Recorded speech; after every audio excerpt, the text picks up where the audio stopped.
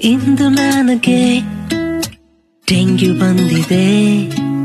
ಯಾವಾಗೋ ಏನೋ ಒಂದು ಸೊಳ್ಳೆ ಕಚ್ಚಿದೆ.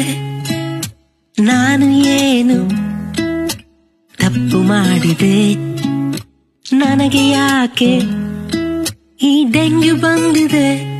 ನೀನು ಸೊಳ್ಳೆ ಬತ್ತಿ ಹಾಕ್ಲಿಲ್ಲ ಮಲಗುವ ಮುನ್ನ, ನೀನು ಕಿಟಕಿಯೆಲ್ಲ ಹಾಕಿಲ್ಲ ಮಲಗುವ ಮುನ್ನ, ನಿನ್ನ ಮನೆ ಸುತ್ತ ಜಾಗ ನೀನು ಕ್ಲೀನು ಮಾಡ್ಲಿಲ್ಲ. ಕ್ಲಿಯರು ಮಾಡ್ಬೇಕಿತ್ತು ನಿಂತ ನೀರು ನೀನು ಮಾಡ್ಲಿಲ್ಲ. ನನಗೆ ಯಾಕೆ ಡೆಂಗ್ಯೂ ಬಂದಿದೆ? ಈಗ ನನಗೆ ಆನ್ಸರ್ ಸಿಕ್ಕಿದೆ. ಪ್ಲೇಟ್ಲೆಟ್ ಕೌಂಟು ಕಡಿಮೆಯಾಗಿದೆ.